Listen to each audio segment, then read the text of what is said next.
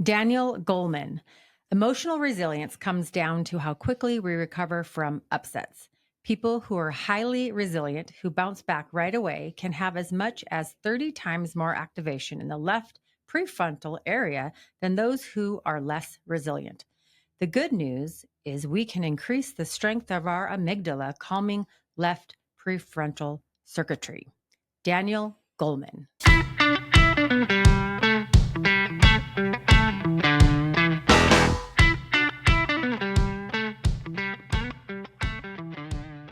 What's up, everybody? This is Darren and Jessica Salquist coming at you from Next Level. Good vibes only. What's up? So today we're going to be talking about focus. Focus. Where is your focus? And how do we make that muscle stronger? That's right.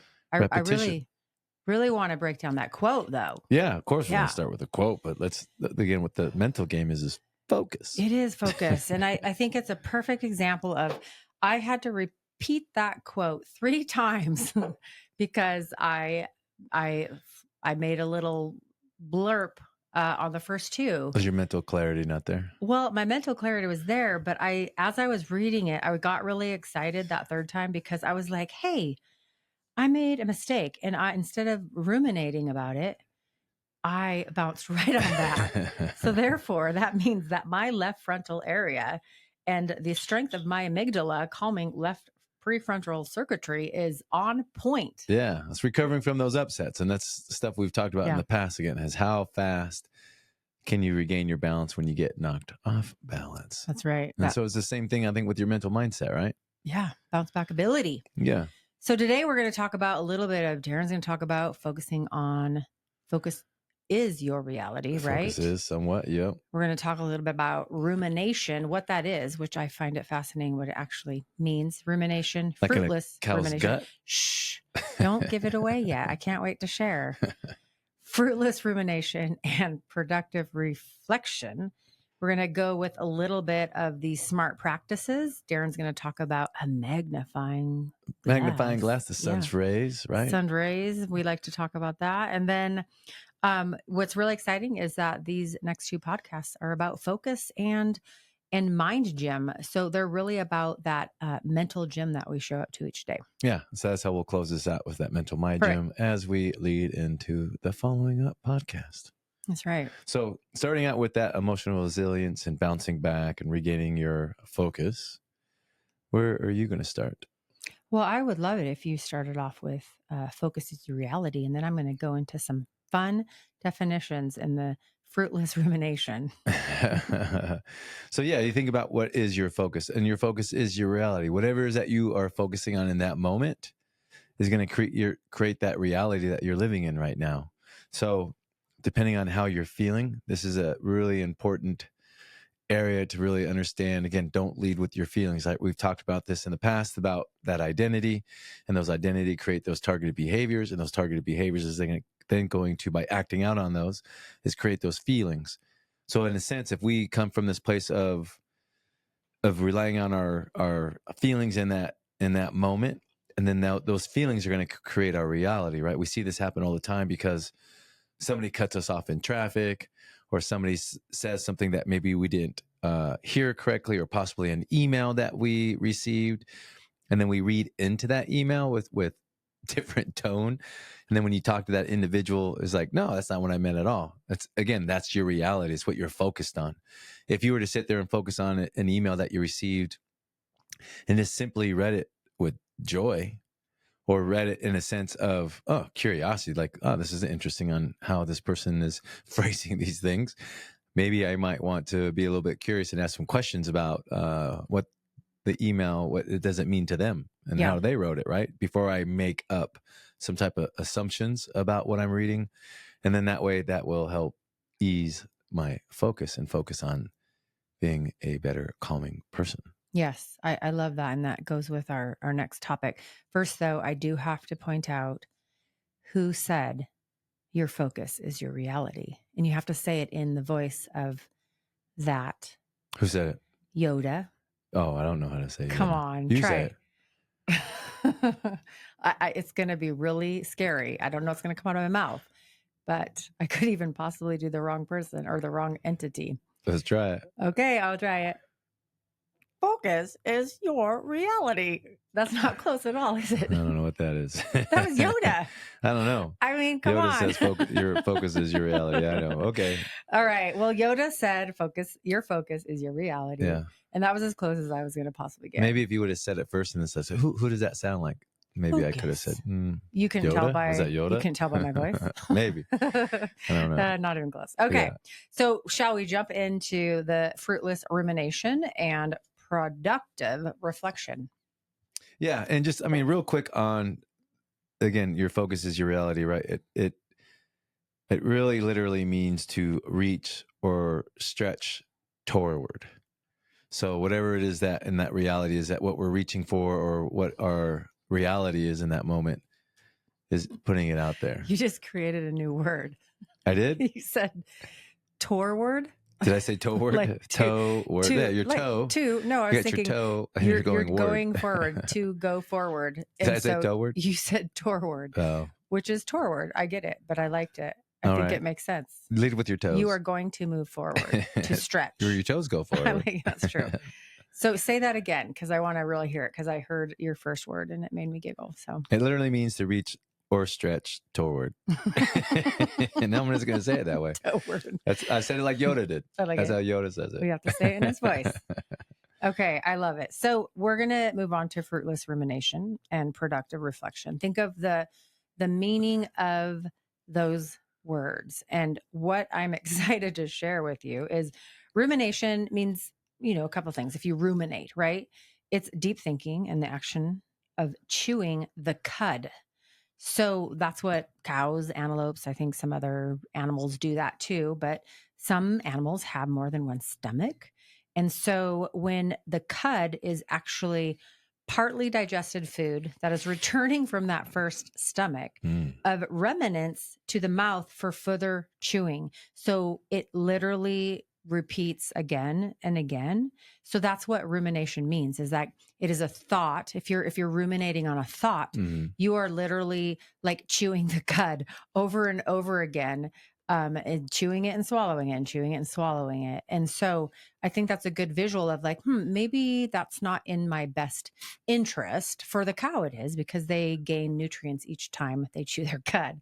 But for us, ruminating on a problem or a concern or turmoil or a challenge or something that we made a mistake it can create over obsessing, and it can create a lack of production, a lack of action, and a lack of solution. So if you think about it, it's like the same thing entering your mind over and over and over and over again. You're creating stories. You've now, stressed yourself out, created a lot of anxiety, and you've made absolutely no progress. So that's that fruitless, right? There's no fruit. You're not going to be getting any fruit from that. And it's a rumination. So you do not want to fruitlessly ruminate.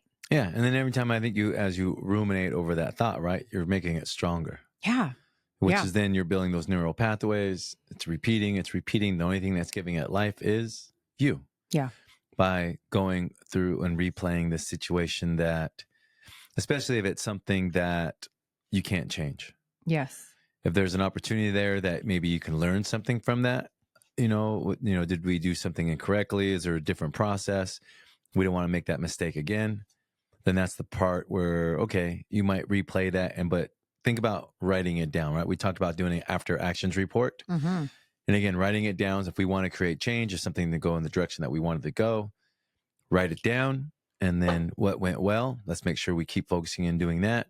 What didn't go so well, what can we change? What can we do differently this time? And then that's how we can move toward. Toward. We're going to move toward.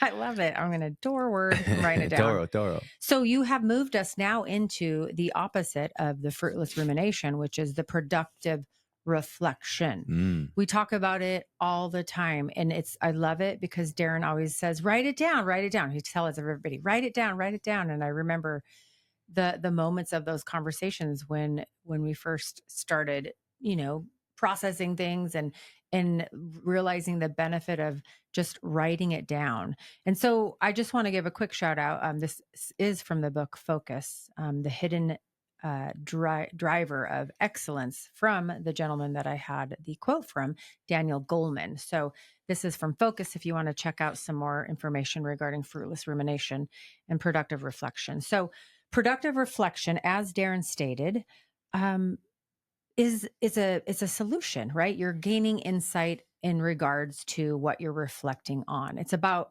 finding a action plan or a plan, focus on what went well, what do you want, like you said, solving an issue.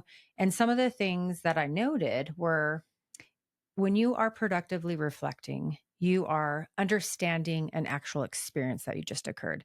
I'm not overthinking it. I'm not thinking, oh my gosh, how horrible. Like if I was up to bat and I struck out, right? The next time I'm up to bat, I needed to find productive reflection, not rumination. Because if you go up to bat and you're just thinking about the last time you struck out and you just don't know if you can do it, that's going to impact your progress, right? Hmm. So as I strike out, I'm going to be like, okay, cool. I got bounce back ability.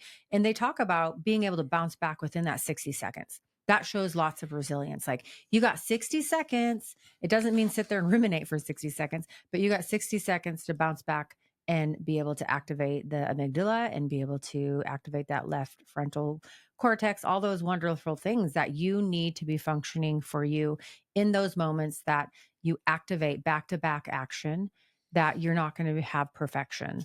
So you go up to bat again and you have basically it's a new beginning. It's like day one, moment to moment to moment to moment to moment to moment, right?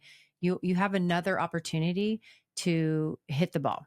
So as far as productive reflection, it's talking about just understanding your experience. You're drawing lessons from it, you're creating a plan of action. And by reflecting, you're making a learned experience, right? If you think about like if you're ruminating, you are not creating a very educational learning experience for yourself, right? You're bringing in anxiety, you're bringing in fear, you're bringing in doubt, you're bringing in lack of confidence. That's all that it's reaffirming. So when you can productively reflect, now you are creating a learned experience for yourself, which you help yourself and you can help others and you become more productive. There's studies that are related to like work being productive, those kind of things like that. And this productive reflection is very helpful when you think of like work, and it can be very helpful personally. So it builds that confidence and it's more goal focused. So what do you think about that? No, I like that. I mean, especially on the point of, again, what we talked about, writing down and just replaying the whole situation, right? Sometimes we only focus on the things that didn't go well. Exactly. And then really there's a lot of things that did go in the right way. And a little bit, there's probably more things that went correctly than actually Yeah. not correctly. And so when you write it down, you start writing it down in the sense and you start seeing all the things that you did really well. And then there's maybe 2 or 3 things that didn't go so well. Okay, well, you know what? Okay, maybe that didn't go as bad as I thought. Or maybe it didn't have quite the ending that I did. And maybe had I not said this or said that, maybe it would have been a little bit better. Mm-hmm. And then recognizing, well, what led me to say those things? Maybe I got triggered. So next time that situation comes up again, how can I back up? Maybe there's somebody in one of the team meetings that kind of just always ruffles your feathers because of the way they say things, or they're always making accusations or something about that. How do you kind of back off and just be more curious, or just actually come from a place of, all right, it's not about me. It's really about that person. Or sometimes that productive reflection is, hey, I'm making a bigger deal of this. It is me. Yeah. Or I could say, Sometimes I need maybe to I look in could the say it mirror and be like, differently. oh, that is me. I'm creating this environment. I'm the one having this thought. I Yeah. have no control of the other person's thought. I'm having this thought. I better check it, give myself 60 seconds and bounce back and move forward. Yeah. And typically if it's a situation, you're probably thinking about it more than what that other person is. Oh, usually. And you're ruminating on it, right? I You're was giving it chewing life. the cud. You're chewing the cud. It I'm keeps coming using up. that phrase. I'm It like, keeps coming up. Sounds like you you're could chewing the say, cud. Jessica, are you chewing the cud? I'm like, oh my gosh, I'm so chewing the cud. What I do like about it though is it again it enhances the ability to learn, and we're looking at getting better, right? We're not going for perfection, and it's for improvement. And what you were just saying, I just wanted to throw this phrase that just came up as you were saying it is, instead of ruminating on the negatives, like you said, in any situation there's something good, and sometimes it's hard to see right away. And sometimes that productive reflection allows us to see the good. But if we can build and move forward and build off of one small, tiny little good point of something that we might have made a mistake or an error, or there was something not satisfying that occurred, if we can find one satisfying, one small positive out of it and build from there, I think that is a really good key to having productive reflection. Doesn't mean like you don't say, okay, yeah, I could have done that better. But if you can find something instead of ruminating on it, that little speck of like, oh, you know what? I did that well. I think it'll help balance out some of that negative ability to just the loop to go around and around and around for that rumination. Yeah. Oh, you like it. I like it. I like it. You like it a lot. Where do you want to go next? I just want to remind what I really liked, and I kind of mentioned, is that giving yourself a time limit, and I'm not saying big, huge, deep, traumatic turmoil things that do occur. I'm not going to say, hey, pick it up and turn it around in 60 seconds, but you can make a shift, right? So find a time frame that's going to work for you. And you can always figure out, okay, I'm going to give myself a couple minutes, and then give yourself a minute, and then see the difference between how you feel. Like, does it feel better not to ruminate and to have that loop go around and around and around? Does it take control of your thoughts? And then practice kind of flipping that switch. We talk all about that a lot, being able to do your breath and your body and your mind, and being able to flip that to where like you have bounce back ability as you rebounded like a rubber band. Yeah. So I think about going into that and what we're focusing on. And sometimes, again, let's think about if we are working on a project, how we place our focus at the task at hand. Yep. And so when we're doing that, we talked about a little bit doing like maybe 60 or 90-minute time blocks where you're strictly only focused on the work that's at hand, that's in front of you, ignoring emails, right? What's the best way to do this is turn off all your notifications. Yeah. If you're going into deep work and you don't want to get disturbed, turning your phone off and maybe putting in airplane mode, because all it takes is that little blip, that little notification to totally distract you and take your mental focus someplace else. That's right. And then to think that you're going to get right back where you left off is just, it doesn't happen that way. Yeah. Right. Your mind's already been distracted, especially by that little ping or little vibration in your pocket, or if you got your phone on your desk and it vibrates. It's there for a reason. It's trying to grab your attention. Yeah. And when it does, and you're working on a project, that's what it's going to do. It's going to grab your attention. You might look at your phone, you might look at your email, maybe there's a phone call, but you lost that train of thought. And so it's really important to kind of think when you are doing something and you have that kind of mental focus, that's what you're focused on, is just that task at hand. Doing the same thing when we talk about like what are those widely important goals, where Jessica talked earlier about thinking about the sun's rays. When you're outside walking around in the sun, you're not getting burned by the sun, right? We're not burning up. But if I was to take a magnifying glass, and if you were standing there and I took a magnifying glass and I focus it on the sun's rays and put it on your back in this very specific point, it's going to burn you, right? When you take that intensity and you focus it, now you're going to get burned.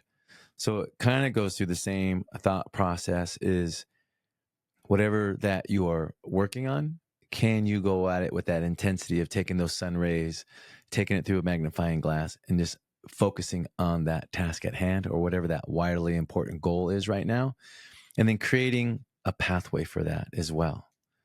Giving yourself the direction that where you want to go, that we're just not mindlessly going in different directions. That, when you are taking a trip, I always like to come back to this, when you're driving someplace, you're using the maps or something, it's telling you where to get off. You're not saying, oh, should I get off on this exit? Should I get off on that exit? Kind of guessing. You have a plan. You're following it. So I think it's the same thing that it goes to when you're focusing on those wildly important goals. And again, if you think about a garden and you're planting seeds, certain seeds need more sunlight than others. You want to make sure those seeds get the most sun. So you're kind of looking at your garden. Maybe you go out there and you watch it for a couple of days to see where the sun's hitting. Where is it getting shade? Where is it not getting shade? And there's an area that's in your garden that is 100% getting sun from sunrise to sunset. that's where you want to put those seeds. So it has that most intense sunlight to help them grow, help nourish them. Full sun. But in the same sense, you also need to focus and take a break from that focus. If you are doing 60 or 90-minute time blocks, to remember not to take a break from the work that you're doing, but to actually take a break from your focus and give your mind a moment to rest, to reboot, to repower, whatever that needs, whatever that you in that moment. And doing that by going for a walk outside, getting some fresh air, getting the sunshine. Maybe it's doing a few exercises, getting the oxygen flowing through your body, getting some movement in. But what it's not is jumping on social media and mindlessly scrolling through various content, right? Give yourself a break and do something that's going to make you smile and make you happy. To give yourself about 15 minutes a break from focus. I like it. Maybe a little meditation. What we call breath. Was it napitations? Is that Napitation? The day meditations that Andrew Huberman has talked about in the past? Are you familiar with that? When you lay there and pretend you're sleeping. I guess, yeah. I like it. And kind of going through like meditation. I like it. Yeah, I like it. yeah. I love going in and out. So it really sounds like the SMART practice where you've got your purposeful practice. All right, let's go practice. into that. Well, you've said it. I'm just going to wrap it up in a little bow. Oh, wrap it up. So SMART practice is purposeful practice, which provides the goal. Then you have the focus, as you talked about, and then you're always doing the feedback of immediate feedback of whether you're hitting your goals or you're not. Is your performance working for you? And then it talks about even exiting that comfort zone. So growth occurs outside of our comfort zone, and that is the only place that our body can adapt to the stress of leaving homeostasis and build a new set of skills. So those are all parts of that SMART practice. And as Darren said, as you're intensely focusing, that flipping that switch to turn that off too is very important, because really there's only a certain amount of time that you can be productive with that intense focus. But when you're on, and when you decide to turn it off, be off, but find something constructive and beneficial to help you recover from that intense focus. Yeah. Ta-da! I like it. And then the last thing I think we're going to be talking about is just time to hit that mental gym. That's right. So turning into our next podcast, we're going to be talking a little bit about that, about flexing that mind muscle. And again, it's the same thing, just like making a muscle bigger that's in your body, whether you're working on, whatever part of your body, your chest, your legs, your biceps, whatever. Doing those reps, doing repeated reps and focusing, again, your attention on that certain body part. Same thing coming into your mental gym is, how do you focus that attention? A lot of it is meditation. There's a lot of information out there on meditation. Maybe we should do a podcast just on the benefits of meditation. I think so. There you go. Stay tuned for that one. I like it.